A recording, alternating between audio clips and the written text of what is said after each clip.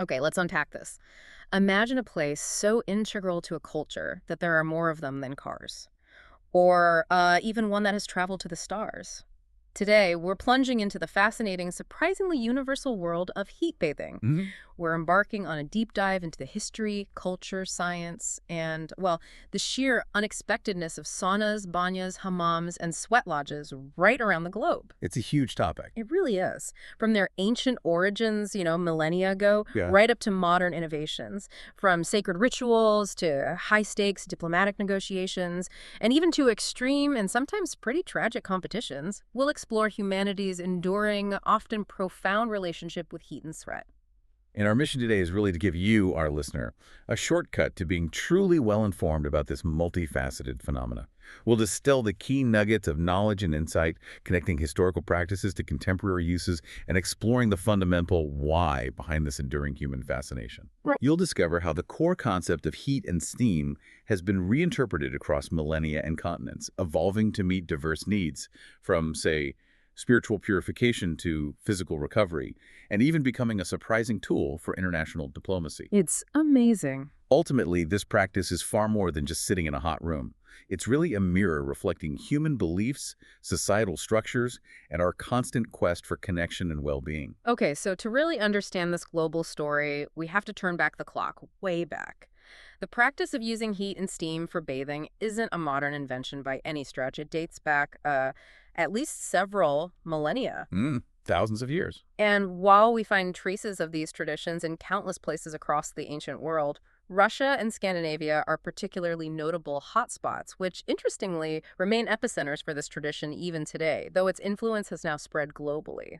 That's right. And what truly stands out is the near universal idea of confined heat. Across almost all cultures, with their unique variations, this fundamental concept appears. Early humanity, recognizing the raw, untamed power of fire, quickly associated it with strength and might. Yeah, makes sense. Then came the revelation of stones.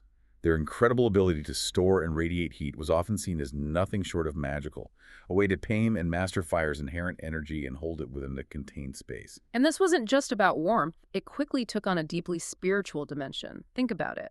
That transformative act of playing with fire, energy, and steam wasn't merely practical, it was often viewed as a reenactment of the act of creation itself. Wow. This gave the practice immense spiritual importance, connecting the micro-ritual to the macrocosmic origins of the world.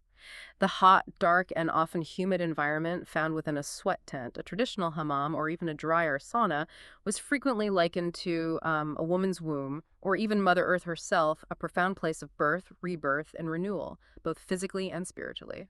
And this profound connection extended even to the very act of sweating. Sweat itself took on a special, almost mystical character. For example, in some New Guinea tribes, there was a belief that sweat carried human strength and spirituality, essentially containing a part of the person's vital essence. Hmm.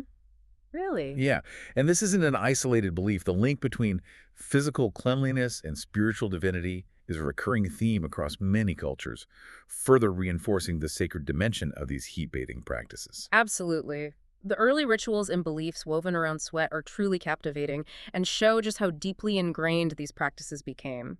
Take the Native American sweat lodges, for example. They held a profound belief that Manitou, a friendly spirit, resided within the stones used for heating. When water was poured onto these hot stones, Manitou was released as purifying steam, imbuing the occupants with power, be it strength, healing, or spiritual fortitude. It was a tangible connection to the divine right there in the steam. And we see similarly profound, if sometimes startling, rituals in other cultures, highlighting the diverse ways humanity interpreted this physical act. Russian traditions, for instance, included the unique practice of drinking the sweat of a bride, believed to be an aphrodisiac and a way to absorb her vitality. Whoa, okay. Even more somberly, it was customary to drink one's own sweat during mourning as a way to console the soul of the deceased, a deep act of empathy and connection. That's intense. It is, and in Finland, not even a century ago, the You're sauna was considered such a benevolent and pure environment that childbirth often occurred there, and it was also the place for washing the dead, emphasizing its sacred role from the very beginning to the very end of life. Wow. Cradle to grave, literally. Pretty much. Beyond the spiritual, heat bathing fostered something equally vital to human societies: social bonding and community. Even if a sauna session itself was often practiced in silence and tranquility, the moments in between sessions provided crucial opportunities for discussion, connection, and shared experience. It was inherently a social act, acting as a kind of glue for communities. Absolutely. American Indian sweat lodges, for instance, weren't just for spiritual rites. They served as informal schools for children, passing down knowledge and traditions from elders, making them centers for cultural transmission. And the social function was particularly crucial in challenging environments. In harsher climates, like the Nordic countries, saunas were indispensable not only for physical warmth during long, bitter winters, but also for building and maintaining community ties. Right, survival. Exactly.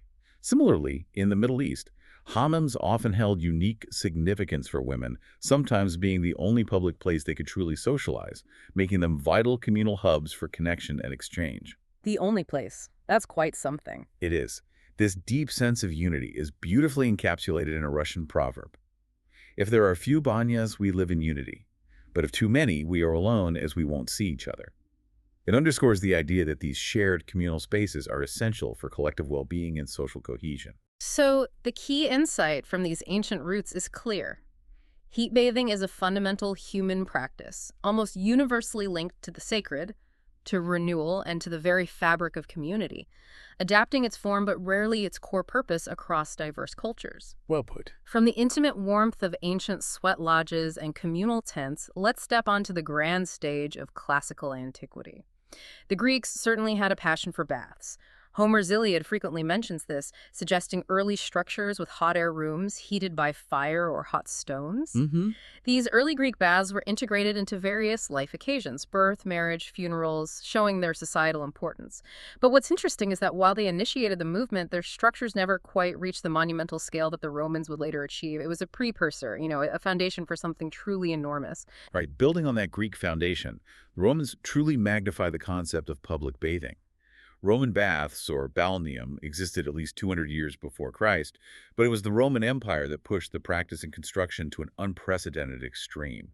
A key figure in popularizing these colossal baths was Marcus Vipsanius Agrippa, whose influence led to increasingly massive projects. His vision helped embed public bathing as a cornerstone of Roman urban life. And when we talk colossal, we mean truly colossal. The Thermae of Diocletian, for example, built on Rome's Viminal Hill, were the largest ever constructed. They could accommodate an astonishing 3,000 to 6,000 people at a time. 3,000 to 6,000, it's hard to even picture. Right. To give you a sense of their sheer scale, a portion of these sprawling ruins has been transformed into a church today. These weren't just big rooms. They were vast, intricate complexes. And what's truly remarkable is that these Roman complexes were far more than just facilities for washing. They were comprehensive community centers, the beating heart of Roman civic life. So more than just a bathhouse. Oh, much more. Beyond the various hot and cold rooms for bathing, they typically included sports halls, restaurants, libraries, swimming pools, theaters, areas for listening to music, and even dedicated resting zones. One could easily spend an entire day there, making them absolutely central to Roman social life. An ancient spa day, basically. Kind of. Their ubiquity was astounding. Up to 5 thermae per housing block and 1 balneum for every 35 apartments in some areas. Each complex often tried to boast its own advantages, like a superb view or an impressive library, creating a sense of local pride and competition. I was particularly intrigued by the idea that these Roman baths were considered free zones, almost a world apart from the strict laws of the city. What did that mean for the people inside? That's a crucial point. Laws often applied differently within their walls, creating a space of relative freedom and, well, at times, moral ambiguity. It wasn't uncommon for them to include services like prostitution, even when such activities were illegal elsewhere in the city. Oh, interesting. Despite some philosophical reservations, Seneca, for instance, believed sweat should come from labor, not idle, sitting in a hot room. Their popularity was undeniable. Entry fees were kept very low, or even free, to encourage widespread use by all social classes. Some emperors were so dedicated they reportedly took 7 or 8 baths daily. 7 or 8. Wow. This widespread accessibility made them powerful social equalizers, where people from all walks of life could mingle. Prisoners washed there, the wealthy brought slaves. Bathing practices varied, sometimes mixed, sometimes segregated by sex, depending on region and custom. And this practice wasn't confined to Rome. It spread across the entire Roman Empire, from the African deserts to snowy alpine regions and even as far north as England. Technologically, these baths were marvels. How did they even heat such massive structures? Ah, the engineering was ingenious. They were heated by hypocausts, an ingenious underfloor heating system we briefly touched on. Hypocausts, right. Furnaces would heat air, which then circulated through spaces beneath the floors and within the walls, radiating warmth throughout the rooms. The massive stone and marble structures, with their impressive pillars and vaults, created an environment where the air in the hottest rooms could reach 100 degrees Celsius. 100 degrees Celsius. That's boiling point. Exactly. The heated stone floors were so hot that special wooden sandals were often required to prevent burning.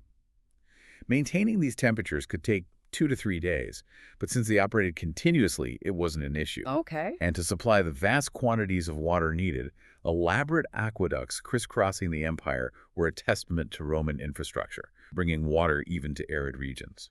Truly impressive. So, for a Roman citizen, what would a typical bathing experience entail? Was it just a quick dip or a more structured journey? It was definitely a structured journey, almost a ritual. You typically start in the tepidarium, a warm room for relaxation and applying perfumed oils. Then you'd move into the caldarium, the hot room, incidentally, the origin of our English word cauldron, where you'd induce a good sweat and wash with hot and cold water.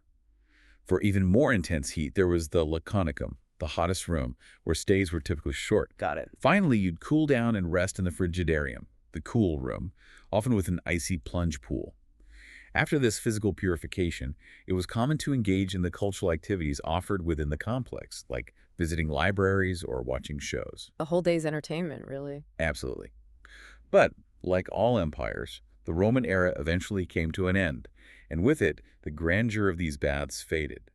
They became empty shells, or as some Christians refer to them, cathedrals of flesh, seen as symbols of Roman excess and paganism. Even figures like Attila the Hun reportedly preferred to convert them into armories rather than appreciating their aesthetic or original function. A rather ignoble end for such grand structures. Indeed. The key takeaway here is that Roman baths weren't just about hygiene. They were the absolute core of civic life, acting as ancient community centers, entertainment hubs, and even social equalizers. They showcased Roman technological prowess and reflected how integral shared well-being and communal gathering were to their society, a remarkable testament to the enduring human desire for both physical and social warmth. Okay, so Rome falls, but the idea lives on. As the Roman Empire crumbled and its grand baths fell into disuse, the torch of communal bathing wasn't extinguished, it was passed. The legacy of Greek baths, in particular, found new life and inspiration in the Arab world, giving rise to the hammam. Exactly. Initially modest, these Arab bathhouses soared in popularity after the Prophet Muhammad himself recommended them around 600 AD, believing they promoted fertility and helped spread the faith. So how did they evolve from those early influences into the distinctive structures we recognize today? Well, a truly compelling aspect is how the hammam developed its own distinct architectural splendor and spiritual significance. The Hammam Kagaloglu in Istanbul, for instance, is over 400 years old and stands as magnificent testament to this tradition. 400 years old. These structures were often spacious, even colossal, finely crafted with exquisite marble slabs, elegant columns, intricate sculptures, basins, and fountains. Islamic art, due to the prohibition of representing living forms in some interpretations, often redirected its creative energy into architecture, including the hammams. This gave them a monastery-like, almost religious character, reflecting their integral role as places of physical, spiritual, and religious cleansing. So beautiful and meaningful. The hammam experience itself sounds like a multi-sensory journey, a ritual of purification and relaxation. It typically involves moving through multiple rooms, starting with undressing, then proceeding through various hot rooms that progressively get warmer, interspersed with areas for washing, shaving, changing, resting, and massage. Fountains provide refreshment, and tea is often served as part of the ritual. Now, you mentioned earlier the emphasis on nudity in some bathing cultures. How does the hammam approach this? That's a key distinction. Unlike many Nordic saunas, which are usually practiced nude, the hammam maintains a strong level of modesty, with bathers wrapping a towel, often called a pestimel, around their hips, adhering to Islamic beliefs against full nudity in public. Okay, so more covered. Right. A central figure in the traditional hammam is the telak, an attendant who not only organizes the space and provides intense massages and black soap scrubs, but also, historically, had a role in scaring away evil spirits with shouts, adding a layer of spiritual protection. Scaring away spirits. Yes. The main steam room, known as the harara, is where the heat is most palpable. A key feature is often a large, hot marble slab, the gobek tasha, heated from below, where you lie down to relax, allowing the warmth to penetrate your body. Oh, that sounds nice. It is, but the massages are famously physical, sometimes bordering on painful in their intensity, and they ultimately lead to a profound sense of well-being mixed with that cathartic pain. And for scrubbing, a coarse mitt called a keys, sometimes made of camel hair, was often used. Intense. What's truly remarkable, though, is the hammam's profound social and even emancipatory role, particularly for women. Can you elaborate on that? Yes, it's an often overlooked aspect of their importance. Historically, hammams were incredibly affordable, making them widespread, almost on every corner, as one source describes it, acting as vital public services. For women in particular, hammams were often the only place they could truly socialize outside the home, a sanctuary for conversation and community away from male oversight. Really? The only place? In many contexts, yes. This wasn't just a privilege, it became a recognized right. So much so that a husband denying his wife access to the hammam could even be grounds for divorce in some legal traditions. Barbers were also a major attraction, adding to the communal buzz. Wow. A right to bathe socially. An Arab historian, Abu Sir, famously stated, "Your city is only perfect when it has baths," highlighting their vital place in urban life. Inviting friends to the baths was as common as inviting them to dinner, and even the wealthy, who had private hammams, would visit public ones to demonstrate their cleanliness and connect with the wider community. Okay, so it crossed social strata too. The hammam was also steeped in fascinating beliefs and paradoxes, blending the sacred and the mundane in a truly unique way. You mentioned jinn earlier. How did these spiritual beliefs shape the hammam experience? That's where the deeper cultural insights lie. For instance, due to its darkness, heat, and humidity, the hammam was believed to be inhabited by jinn, spirits originally from water sources and dark caves. To ward off displeased jinn, bathers would recite the basmala, a protective prayer or invocation. If a jinn lingered, one risked a slap or even a dislocated jaw. Yikes. However, not all jinn were malevolent. Some were said to be kind and recite poetry, adding a layer of whimsical folklore. The devil was also thought to frequent hammams, leading to the custom of avoiding them between the last two daily prayers. So both paradise and potentially perilous. Exactly. This duality of the hammam as both a physical and spiritual space, potentially dangerous yet purifying, is beautifully captured in the Tales of 1001 Nights, where it's described as both paradise of this world and a hell delightful at entering tide. There are also intriguing historical events and medical claims associated with hammams. A famous anecdote recounts that when the Arabs took Alexandria in 642 AD, they reportedly heated Roman baths for 6 months using 700,000 literary works from the legendary library of Ptolemy. Yeah, while likely exaggerated, it illustrates the scale of these facilities and the transition of cultural practices. All right. And medically, Caliph Al-Qamin, as early as 1032, believed hammams could treat smallpox. After centuries of such uses, they earned the moniker the Silent Doctor, a testament to their perceived therapeutic virtues. The silent doctor. I like that. However, around the 1800s, hammams began to lose their power and popularity, largely due to the rising influence of Western industrialization, which brought significant economic and social changes to the Arab world. That's correct. They became expensive to maintain, and modern plumbing offered alternatives. Yet the concept didn't vanish. Instead, it diffused globally. By 1862, hammams had appeared in Germany, England, America, and Australia. So they spread west. They did. Their design evolved, often becoming hotter and sometimes blurring the lines with classical saunas, giving rise to terms like Turkish baths, Turco-Roman baths, or Orlando-Roman baths. Promoters even made exaggerated claims about their health benefits, stating that Turkish baths cure everything, listing ailments from mental illnesses and constipation to cholera and syphilis. Cure everything. A bit optimistic, perhaps. Just a bit. Interestingly, in America, these Turkish baths struggled for widespread popularity. The fast pace of industrial life left little time for such relaxation, and they largely remained confined to therapeutic uses. Mark Twain, for instance, described them unfavorably in Innocents Abroad. Twain wasn't impressed then. Not really. A reinvention of medieval European Russian baths, or Oriental baths, also emerged in rural America. Single-person Turkish boxes, heated by hot stones, allowing private nude bathing. Simple variants involve just a hot brick in a basin under a towel, showing the ingenuity of people adapting the idea. The DIY hammam. Essentially, yes. Today, many modern Turkish baths have lost their original characteristics, sometimes even featuring TVs, further blurring the lines between a traditional hammam, a sauna, and a commercial wellness center. But thankfully, places like the hammam of the Paris Mosque offer a popular, authentic experience with multiple hot rooms, icy basins, and intense steam. Good to know the real deal still exists. So the enduring legacy of the hammam is its ability to blend physical cleanliness with deep spiritual meaning and vital social function. It adapted from Greek influences, thrived with Islamic endorsement, and even as it diffused globally, its core essence as a place of holistic purification and community endured, even if sometimes altered by new cultures. Okay, now let's journey north, quite literally, to the heart of heat bathing. Finland. This is where the sauna isn't just a practice, it's practically a way of life, a cultural cornerstone with ancient, deep roots. The Finns are believed to descend from Asian tribes who migrated from southwest Russia, eventually settling in the land they call Suomi. While archaeological data on early Finns is scarce, most researchers agree that their ancestors likely always had some form of hot air bath or sweat system. We see linguistic evidence of this shared heritage in words like Saun in Estonia, Sauna in Livonia, and Swavni in Lapland. That linguistic connection points to a much older, shared tradition across the region. The true marvel here is the evolution from nomadic to sedentary life. When they were nomadic, early Finns probably used portable sweat tents or dug heated holes in the ground. As they settled, these evolved into heated cabins, the predecessors of today's sauna and the smoke sauna, or sauna. Sauna, the smoke sauna. And the very word sauna itself, pronounced sauna like how, comes from Finnish, meaning heat or to sweat, stemming from the ancient savuna. It's a Finnish loanword that has truly taken over the world. Sauna. Got it. And it truly is a cornerstone of Finnish identity.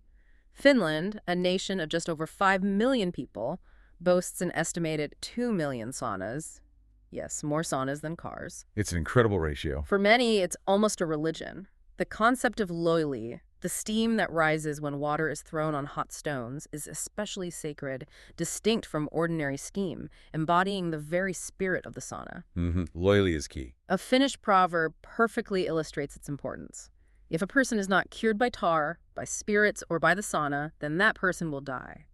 They even use it for cooking, sometimes wrapping sausages in aluminum and placing them on the hot kioskivi, the sauna stones, in a makaraputki. Sauna sausage. It's a thing. The Finnish sauna experience comes with its own rich set of ritualistic accoutrements. There's the vita or vasta, which are bundles of birch branches used for gentle flagellation, not for pain, but to stimulate circulation and release aromatic oils. The birch branches, okay. The kiwas, or stove, and the benches known as latit, are central. You might even see a sauna hatu, a felt hat to protect the head and hair from the intense heat. A sauna hat. Practical. Very. Sport and sauna frequently go hand in hand, providing a cherished way to unwind after physical exertion. This cultural affinity is so strong that Finns will even bring portable saunas for camping or hiking, ensuring this tradition is never far away. It's also interesting to note how Finland resisted the decline of communal bathing that swept through other parts of Europe. After the Reformation, many public baths in Europe fell out of favor, often due to associations with immorality or high costs. But in Russia and Scandinavia, the practice endured. That's a key point. While the Swedish bastu did see a decline by the 18th century, partly due to cost, prostitution, and even a misguided warning from the Royal College of Surgeons about smoke causing blindness, which was more an attack by the church than a medical fact, Finland held firm. What made Finland different? Well, the sauna, or smoke sauna, played a crucial role in this resilience. Finnish women continued to give birth in these smoke-filled saunas, believing the tannic smoke sterilized the surfaces, making them safe and pure environments for childbirth. So hygiene, essentially. Perceived hygiene, yes. It was often called the pharmacy of the poor, serving not just for heating and washing, but also for pleasure and therapy, in a time when medical options were scarce. This deep spiritual connection was even noted by an 18th century Swedish economist who wrote, "This stubborn people even connects the sauna to their theology and thinks the sauna is a kind of temple or tomb," highlighting its near-religious status. The temple or tomb. Strong words. And the folklore reinforces this spiritual dimension. There's a tale of a Finnish farmer who trained to withstand sauna heat to avoid hell. He became so resilient that he impressed the devil himself, who, embarrassed, banished the farmer from hell forever. Huh. So the sauna saves you from hell. According to the legend, this led to the belief that if you train in the sauna, you might just go to heaven. Indeed, the sauna remained central to birth, marriage, and death rites in Finland, even as it vanished elsewhere in Europe, solidifying Finland's status as the leading sauna nation. Right. This became a powerful symbol during the 1800s when Finnish nationalism surged. After Napoleon's defeat, Finland was ceded to Tsar Alexander I, prompting separatists to glorify their distinct Finnish culture with the slogan, "We are not Swedes, we will never be Russians, so we must be Finns." And the sauna became part of that identity. Absolutely. This nationalist fervor permeated culture. The epic poem Kalevala, for instance, includes sections detailing sauna preparation, demonstrating its profound cultural integration and elevation to national epic status. Previously, depicting a sauna artistically would have been unthinkable, like painting a toilet, but artists like C.P. Elfstrom eventually broke this taboo, reflecting the sauna's elevated status in the national identity, bringing it from the private sphere into public art. Yet, even such a deeply ingrained tradition faced challenges. Industrialization, paradoxically, initially led to a decline. By the late 18th century, as Finland industrialized and embraced Western culture, many began to view modern baths and showers as more fashionable and hygienic. The sauna's magic seemed to fade, and even nudity receded, with men starting to wrap towels around their hips in a nod to changing social norms. Right, modernization had an impact. Urbanization also made the smoke sauna impractical due to smoke and fire risks in dense cities, leading to the gradual replacement of wood-fired stoves with cleaner, safer electric ones. The turn of the 20th century marked a low point, with a lack of interest and lower quality constructions. However, World War II brought a dramatic resurgence. Amidst food scarcity, harsh living conditions, and few leisure options, the sauna became a primary source of pleasure and essential for troop health in the brutal cold. It offered a link of serenity and warmth in a world of terror. Abandoned saunas were immediately rehabilitated by the Army, highlighting their critical importance for morale and physical well-being on the front lines and at home. So war actually revived it. In a significant way, yes. This period also spurred scientific interest, shifting the understanding of the sauna from folklore to physiology. A group of journalists, doctors, and architects formed the Friends of the Finnish Sauna during WWII, later becoming the Finnish Sauna Society. They undertook scientific studies, measuring sauna conditions, determining optimal construction methods, and investigating physiological effects, deliberately excluding commercial interests to maintain impartiality. Getting serious about the science. Exactly. Yeah. In 1940, their leader, H.J. Virware, published Saunakirja, the first serious modern book on the sauna, helping to standardize and popularize the practice. Okay. The Finnish Sauna Society continued its work, building a complex on Vaskiniemen Island in 1952 with various saunas, including an experimental one used by NASA in 1959 to study the effects of heat on the human body during atmospheric reentry, a remarkable early example of space-related research happening in a sauna. NASA used a Finnish sauna. That's amazing. It is. Today, the Society boasts 4,200 members, publishes Sauna magazine, and sponsors the International Sauna Congress. Meanwhile, the original Savvy sauna, with its hundreds of kilograms of rocks and hours of heating, became a luxurious rarity, a 2,000-year-old wine bottle replaced by more practical ventilated saunas for everyday use. A luxury item now. While Finland had a strong domestic market, initially comprising half the world's sauna market, their industry was somewhat unprepared for foreign demand after being somewhat isolated alongside the USSR. Yeah, they were slow off the mark initially. This allowed countries like Sweden and Germany to copy Finnish ideas and culture for Western markets, sometimes even beating the Finns to the punch in global export. But eventually, the Finns embraced commercialization, establishing standards, and now export prefab saunas and stoves worldwide, even to places like Kenya since 1969. What's also intriguing is the sauna's modern role in diplomacy, acting as a powerful form of Finnish soft power. The Finnish embassy in Washington, D.C., and the ambassador's residence host diplomatic sauna society meetings, where serious discussions and negotiations take place in a uniquely Finnish setting. Sauna diplomacy. Exactly. Nudity is encouraged, though swimsuits are allowed, and men and women typically bathe separately. Finnish snacks like salmon, bread, and meatballs are served.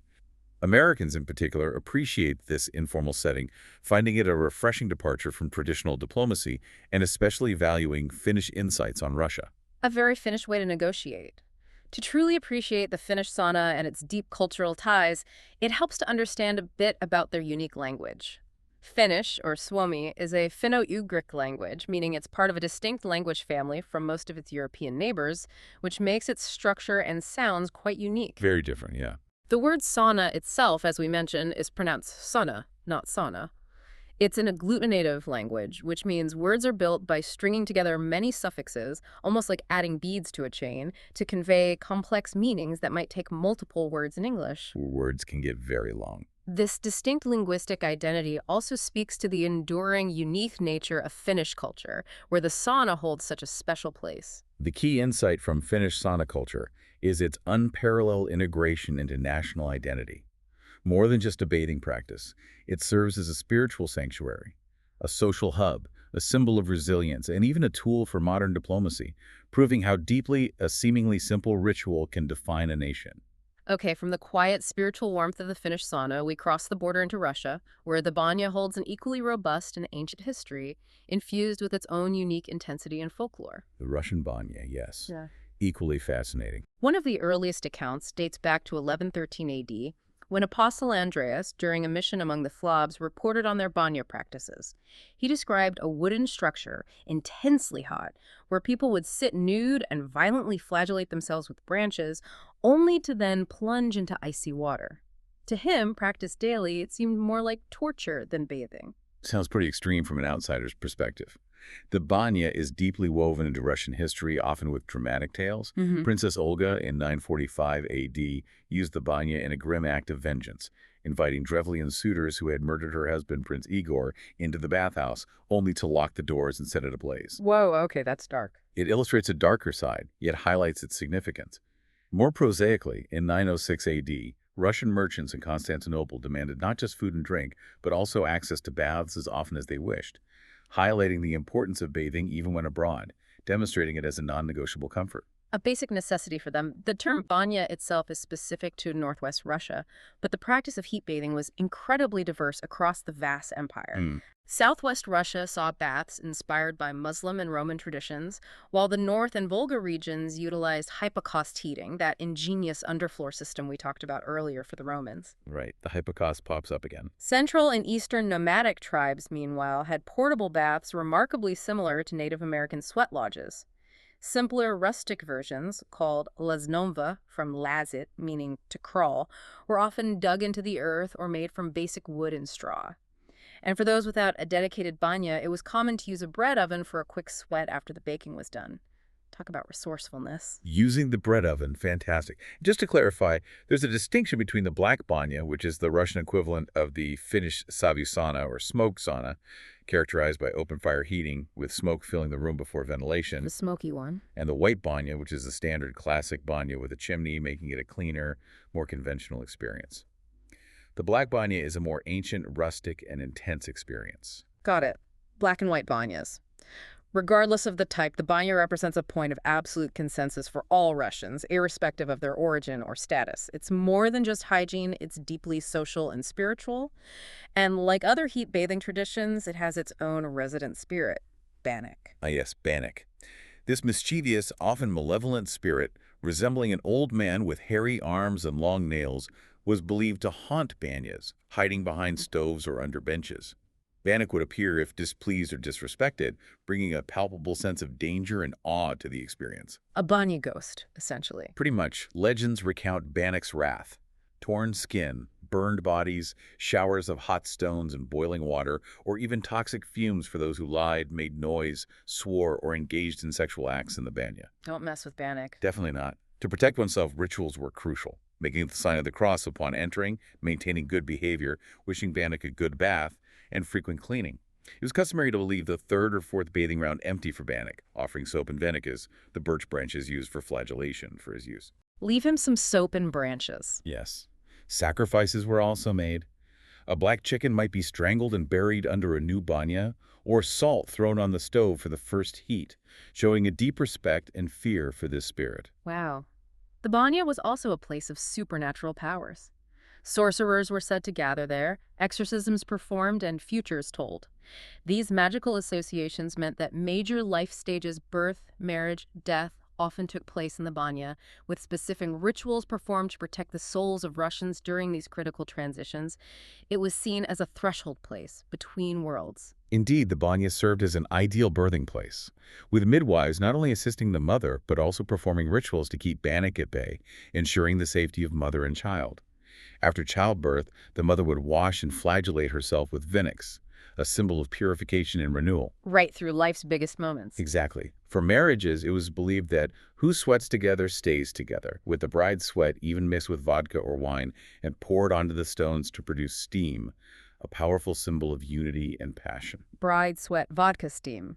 And for death, a pillow of birch leaves for the deceased, vinax in the coffin for the afterlife, and family banyas to warm the soul of the departed illustrate the banya's profound role throughout the entire human life cycle. Pushkin, in 1832, famously called the banya Russia's second mother, a testament to its nurturing and foundational role. Second mother. That says it all. For Russians, sweat and health were almost synonymous. Between 1877 and 1911, over 30 medical dissertations were published on the banya's health benefits, showing serious academic interest. They took it seriously. Rather than medicine, Russians preferred to sweat out illnesses, even believing, though incorrectly, that the banya could cure smallpox. The banya even had political dimensions, demonstrating its broad influence. Peter the Great levied a special tax on banyas to generate state revenue and encourage their construction, despite the church often opposing the practice, deeming it depraved. Taxing the banya. Catherine II later mandated the separation of sexes, which, rather amusingly, led many men to suddenly declare themselves artists or doctors to circumvent the rule, highlighting the strong desire to maintain the mixed-sex tradition. Creative loophole. Later, during the Soviet era, the banya was actively appropriated and encouraged by the government as a symbol of collective health and efficiency. Right, the Soviets co-opted it. Lenin himself endorsed it with a 1920 book providing plans for community banyas accommodating up to 26 people. In cities, banyas for over 300 people were built, and in the countryside for 50, becoming temples of collective health. Temples of collective health. The Great Soviet Encyclopedia in 1970 even highlighted their use for disinfection, reflecting their role in public health. During WWII, mobile banyas in trains and trucks ensured soldier hygiene and boosted morale on the front lines. And in winter, women continued to give birth in banyas or on bread ovens, as they were often the only truly warm places available. The Soviets modernized and mechanized the banya, showcasing it as a blend of ancient rituals and industrial rationalization. This cultural practice even traveled with Russian troops during wartime. When invading Germany, Russian soldiers quickly built banyas with minimal resources, often in less than an hour, inspiring the Germans to construct their own saunas, a testament to its perceived necessity. Spreading the banya love, even in wartime. In the U.S., the Russian diaspora also built banyas, which became surprisingly popular with mafia figures and gangsters. With the mafia, why? The logic was simple. In a nude setting, no one could conceal a weapon, making them safe places for sensitive, high-stakes discussions. Conversely, they could also be used punitively for prisoners, showcasing their versatility even in harsh contexts. Okay, that makes a weird kind of sense. This brings us to what's sometimes called the Banya War, a friendly, good-natured rivalry with the Finns? Ah, yes, the Banya War. If a Finn visits a Russian banya, the Russians might playfully show them what a real sauna is, implying their banya is superior in its intensity and spirit. Finns, in turn, might perceive Russians as rustic, but appreciate the warm camaraderie in the banya, perhaps contrasting it with what they might see as a general Russian coldness in other contexts. It's a fun rivalry. Mm-hmm. The truth, however, is that Finnish saunas and Russian banyas are, in reality, very, very similar in their core mechanics and cultural importance. Right, more alike than different. The key insight from the Russian banya is its deep integration into the national psyche, serving not only physical needs but also spiritual, social, and even political functions. Infused with rich folklore, it's seen as a place of profound transformation, protection, and communal bonding, enduring through centuries of dramatic societal change. Okay, so we've covered Finland and Russia in depth, but while they often dominate the conversation about heat bathing, humanity's quest for warmth and purification has left its mark all over the globe, with practices as diverse as the cultures themselves. Absolutely, it's truly global. For instance, in Ireland, historical evidence suggests an independent invention of sweat practices, often fueled by peat, serving both as a pleasant warmth and for therapeutic and ritualistic purposes. What's particularly striking about this is its apparent spontaneous development. Moving to Africa, we find sweat tents, much like those in Native American traditions, used as powerful therapeutic tools. Smoke and sweat were often linked to fertility rituals, and specific elements, such as goat uteri, were sometimes added to the fuel to enhance desired effects, connecting the practice directly to life-giving forces. Rote utery. Okay. Intriguingly, in Bantu, the word kumuka, meaning sweat or hot air bath, also translates to melt, hinting at the profound transformative power perceived in these heat-induced states, a process of breaking down and reforming. To melt, that's evocative. And then there's Japan, a culture renowned for its bathing traditions, where taking a bath is considered as effective as hundreds of medicines. Bathing is huge in Japan. The country is blessed with an incredibly high density of natural hot springs, but it also developed various man-made heat bathing forms. There's the mushiburo, a steam bath, the kamaburo or anaburo, a boiler or oven-heated room, the ishiburo, stone-cut rooms heated by floors or hot stones, Lots of different types. the karaburo, a dry bath, the totenburo using hot mud, and the zakurogushiburo, a hot room accessed by crawling through a small entry. These diverse forms reflect a deep cultural value, often tied to Shintoism, where bathing is seen as a way to connect with God and achieve ritual purity. It's quite interesting how, despite these rich indigenous traditions, modern Japan has seen Finnish saunas increasingly replacing older forms. Really? The Finnish sauna took over? To a large extent, yes. This surge in popularity can be traced back to the Melbourne 1954 Olympics, where Japanese attendees developed a taste for the sauna. Subsequently, saunas were built enthusiastically in major cities like Tokyo, Osaka, and Nagoya. By 1969, the Japanese Sauna Party was formed specifically to ensure adherence to Finnish methods, and by 1973, Japan's interest in saunas was second only to Finland's globally, a remarkable cultural exchange. Wow, a rapid adoption. Further south in Mesoamerica, cultures like the Mayas developed their own sophisticated sweat systems called temescali. The Temescal, yeah. These were typically stone or brick domes heated from the floor or sides, with a small entry point, creating a womb-like environment. When the Spanish Inquisition arrived, however, they viewed these practices as offensive and pagan, leading to suppression. Sadly, yes. Despite this, temescali continued to be used for therapeutic reasons, incorporating incense and sticks for massage, and were particularly important for women after childbirth for healing and purification. Even today, they remain popular, and in some communities like the Navajos are still considered sacred, showing their resilience. The influence of heat-bathing traditions also reached North America, primarily through immigration. The very first sauna in North America, excluding Native American sweat lodges, was built by Finnish and Swedish immigrants in the Delaware River Valley in 1638, predating the American Revolution by well over a century. 1638, that early. That early. Some historians even suggest sauna was the initial name for what became Philadelphia. A plaque at the Philadelphia Navy Yard marks this historical site, a testament to immigrants recreating a vital piece of home and cultural identity. Sauna, Pennsylvania? Maybe not. These Finnish immigrants, however, faced integration challenges. Their unique language, which lacked English equivalents for terms like vita, cues, or loyally, made it difficult to explain their passion for the sauna. The language barrier was real. Americans often misunderstood their love for it, sometimes viewing it as pagan worship or an unsanitary practice. This even led to a legal battle in Minnesota in 1880, where an American complained about a sauna. The judge, however, ruled in favor of the Finns, penalizing the plaintiff, upholding their right to cultural practice. While the practice declined in subsequent generations, it never fully disappeared. A significant revival occurred in the 1930s, partly fueled by the impressive performance of Finnish athletes like Paavo Nurmi, the Flying Finn, who won 9 Olympic golds. Ah, the athletic connection. Many attributed his success in part to his sauna practice, giving it a scientific edge in the public eye. Russian athlete Yakov Milnikov even stated, "An athlete without a sauna is like a bird without wings." Strong endorsement. This athletic connection, coupled with the immense respect Finland earned post-WWII for its courage against the Soviets, further showcased their lifestyle, including the sauna.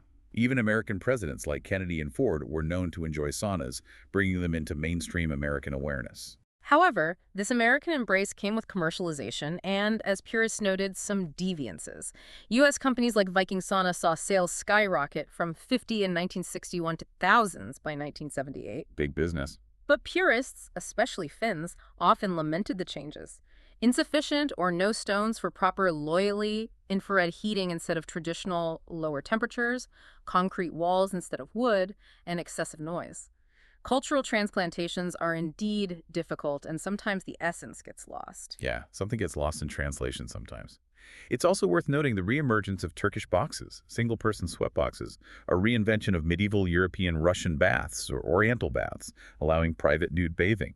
These were often simple, like a hot brick in a basin under a towel, showing the persistent human desire for a personal sweat experience. The little sweat boxes. The key insight from this global survey is the astonishing adaptability of heat bathing. While specific forms and cultural meanings vary, the underlying human need for warmth, cleansing, and communal gathering through sweat is a truly universal thread that binds cultures across continents and millennia, enduring and evolving even in the face of external pressures. Okay, now let's talk about taking sweat to the absolute extreme, both in terms of location and physical endurance. It's truly astonishing where humanity has decided a good heat bath is essential. Of really wild places. Imagine a Russian nuclear submarine like the Typhoon class, one of the largest in the world, 175 meters long, weighing over 47,000 tons. Sailors affectionately call these floating Hiltons because, in addition to pools, solariums, and gyms, they also boast their own banyas. A banya on a nuclear sub. These are typically made of aspen wood to withstand immense pressure. Similar banyas can also be found on Borea-class strategic missile submarines. But if floating beneath the ocean isn't unique enough, how about sweating among the stars? Russian cosmonauts, unable to imagine life without their banya tradition, took it into space. No way, a space banya. Yes, the Salyut 6, Salyut 7, and Mir space stations all had them. Engineer Alexander Masarsky in the 1960s designed a banya in a suitcase, essentially a polyethylene cup that cosmonauts could zip themselves into, with hot water pumped in and vacuumed out. They could even use traditional branches. That is incredible dedication. It's a fascinating contrast to the modern ISS, which surprisingly lacks showers, leaving astronauts with only wet wipes. There's even a spatial banya on display at the Cité de l'Espace in Toulouse, allowing us earthbound folk to experience a bit of that cosmic sweat. And the innovation doesn't stop there. There have been projects with Boeing to incorporate saunas into commercial airplanes, like the B-787 Dreamliner, though practicalities often prevent these from becoming widespread. A sauna at 30,000 feet. Maybe one day. Beyond that, you can find saunas in truly quirky spots. A Ferris wheel in Helsinki, a disused airplane at Tuge Airport in the Netherlands. There are mobile saunas in trailers, on bikes, in trains, and even ingenially crafted into combine harvesters. A combine harvester sauna. You can find floating saunas, underground saunas, and even banyas built in Antarctica, proving that if there's a will for a sweat, there's a way. Here's where it gets truly fascinating and tragically poignant. One of the most famously luxurious and deepest saunas existed on the Titanic. The Titanic had a sauna complex. It had Turkish baths located on F deck, which were a complex marvel, costing $1 in 1912, equivalent to about $33 today. This opulent suite featured a sauna, a hammam, a tepidarium, warm room, a frigidarium, cool room, 2 massage rooms, marble fountain, and electric bath. An electric bath? What's that? It was an incandescent lamp and pulsed steam-based sweating device, and they had a magnificent large pool with filtered and heated seawater. Unbelievable luxury. They even had a blade shower, which was a special table with thin, powerful water jets for massage. The complex itself, excluding the pool, spanned nearly 100 square meters, showcasing its impressive size. Huge. The decor was breathtaking. Warm tones, ceramics, dim lighting, Middle Eastern style, gilded cornices, red ceilings, and Arabian lanterns. Fake portholes hidden behind Cairo curtain lattice, diffused light mimicking daylight and adding to the exotic ambiance.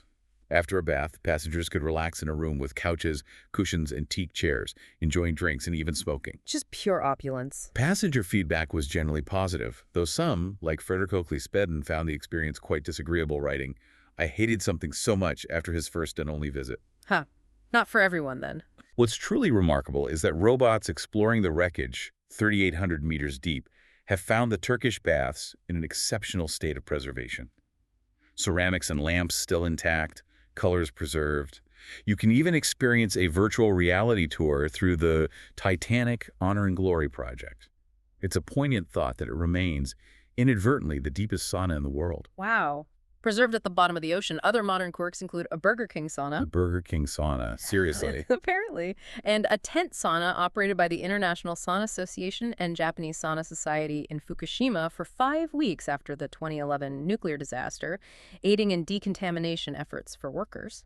There are also snow saunas, temporary structures with compacted snow walls, offering a lower temperature experience by keeping the heat contained. When it comes to sheer scale, mega saunas are impressive. Therm Erding in Munich opened in 1999 as the world's largest spa and sauna complex, accommodating 8,000 people daily across 26 saunas. 8,000 people. In the Arctic Circle, Norway's Salt Sauna and Bar can host 100 people and requires 4 powerful stoves.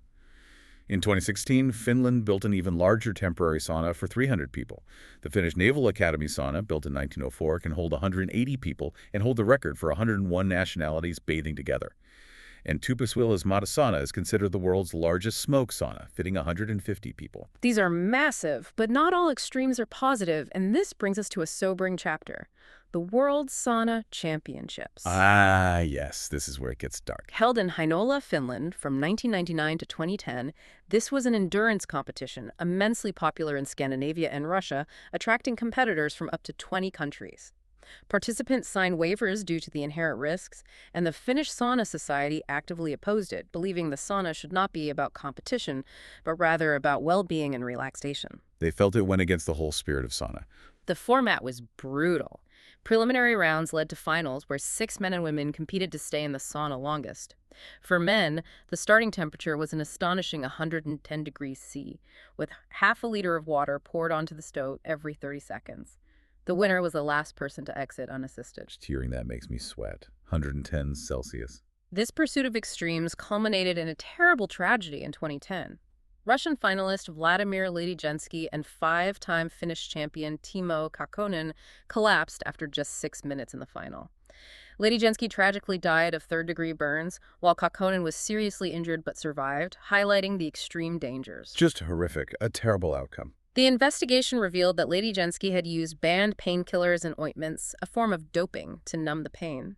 Scientific analysis, using specialized software, suggested the probable cause was excessively high air or stone temperatures and door humidity, coupled with the competitor's ability to push beyond reasonable limits into what was termed the death zone, fueled by habit and competitive spirit. Pushing way too far. As a result, Heinola canceled the championships indefinitely in 2011, unable to bring back the fun and lighthearted spirit that the championships once had, and to prevent such a tragedy from ever happening again. A necessary decision, really. The key insight here is that while humanity's ingenuity can place sweat chambers in the most improbable locations, the pursuit of extremes, especially when it turns competitive, can tragically override the fundamental principles of well-being and respect that lie at the heart of most heat-bathing traditions. A cautionary tale. It's clear that the sauna, in its many forms, has deeply permeated human culture, but its reach extends far beyond ritual and tradition, finding its way into unexpected corners of pop culture, rigorous scientific study, and even modern technology. It truly reflects our ongoing fascination. It pops up everywhere. A compelling aspect is how media, from cinema to literature, has depicted the heat-bathing experience. We see James Bond trapping an opponent in a sauna in From Russia with Love. Classic Bond. A comedic scene in Seinfeld where Kramer comically exclaims, "It feels like a sauna," and an intense fight sequence in Eastern Promises taking place in a sauna-like setting. Oh yeah, that fight scene. Intense. More recently, popular series like Billions and Succession have used saunas as backdrops for high-stakes negotiations and team-building exercises, highlighting their role in modern power dynamics and informal decision-making. The boardroom sauna. In literature, the sauna often serves as a setting for reflection or drama. Stieg Larsson's The Girl with the Dragon Tattoo features a detective contemplating his investigation in a sauna, while Haruki Murakami's 1Q84 and James Thompson's Helsinki Dead also include pivotal sauna scenes. There's even a popular manga series, Thermae Rome, by Mari Yamazaki, that creatively transports a Roman bath architect to modern Japan. That was brilliant. And a quote from Maurice Bettel from 1935 perfectly captures a certain Finnish essence. "It seems one cannot penetrate the mystery of the Finnish soul if one has not frequented these country stoves, called sauna, where after having given one's body to 60–70 degree steam, one abandons it to the care of a servant who whips it vigorously with a bundle of birch branches." Captures the intensity, yeah. It's not just entertainment. The sauna has even featured in formal education. In France, in 2013, the sauna was the subject of a scientific baccalaureate exam, showcasing its surprising academic relevance as a complex thermal system. A physics exam on saunas. And speaking of academics, the science of saunas is a surprisingly robust academic field, with researchers delving into everything from thermal dynamics and acoustic properties, even analyzing how temperature and humidity changes impact the speed of sound, to the profound biological effects on the human body. The acoustics. Never thought of that. Experts are even developing advanced tools like Sauna Simulator AI, which can model transient sauna calculations, collaborating to merge ancient traditions with innovative digital engineering. There have even been math seminars on highly complex topics held in saunas at the University of Helsinki, proving that deep thought can indeed happen in a hot, steamy environment. Complex math. In a sauna. Okay. The sauna has also found its way into gaming and technology in some amusing ways. There's Sauna Klonku, a golem game played by children and adults in Finnish saunas where a child under the bench tries to tag others. A sauna game. A PC game, Sauna 2000, challenges players to heat a sauna, deal with an elk collision, a chalet robbery, and organize a midsummer party. Android games like Sauna Pro involve woodcutting and temperature judging, while Sauna To Go has players heating and cooling participants. Sauna simulators, basically. Curiously, Sauna is also the name of a software for thermal simulation of electronic components, completely unrelated to the bathing practice, but a fun coincidence. And fittingly, there's even Sauna GPT, an AI assistant specializing in sauna topics built upon comprehensive research, ready to answer all your steaming questions. Sauna GPT, of course there is. And naturally, no discussion would be complete without some quirky facts and anecdotes. Did you know there are fighter jet-shaped sauna stones? Fighter jet stones, why not? Or that there's a famous YouTube video of a Finn celebrating New Year's 2014 warmly in his sauna. And according to one legendary anecdote, Chuck Norris went to a sauna in Finland and the sauna got hot. Huh. The ultimate sauna legend. These stories, silly as they may be, truly highlight how deeply ingrained and culturally pervasive the sauna is, even generating its own myths and legends in the modern age. The overarching insight from this final section is that the deep human connection to heat bathing continues to evolve, inspiring not just cultural expression and scientific inquiry, but also unexpected innovations and humorous anecdotes, cementing its place as a dynamic and enduring part of human experience. So what does this all mean? Our deep dive today reveals that whether it's a sacred Finnish slurly, a communal Russian banya, a grand Roman therme, or a therapeutic temescali, the act of shared heat bathing speaks to something profoundly human. From ancient hearths to modern marvels like space stations, the human desire for warmth, purification, and connection through sweat transcends cultures and centuries. It's a testament to our ingenuity and our fundamental needs. And if we connect this to the bigger picture, it highlights how truly fundamental rituals, often tied to our most basic needs like warmth and cleanliness, evolve into complex cultural expressions. These practices adapt to new technologies and societal shifts while retaining their core purpose: to transform not just the body, but also the mind and social fabric, serving roles from healing and spiritual purification to diplomacy and community building. It's a remarkable journey of human adaptation and enduring tradition. Indeed. Considering all the forms and functions we've explored today, what do you think is the most essential element that makes a true heat bathing experience, and how might that evolve in the next century?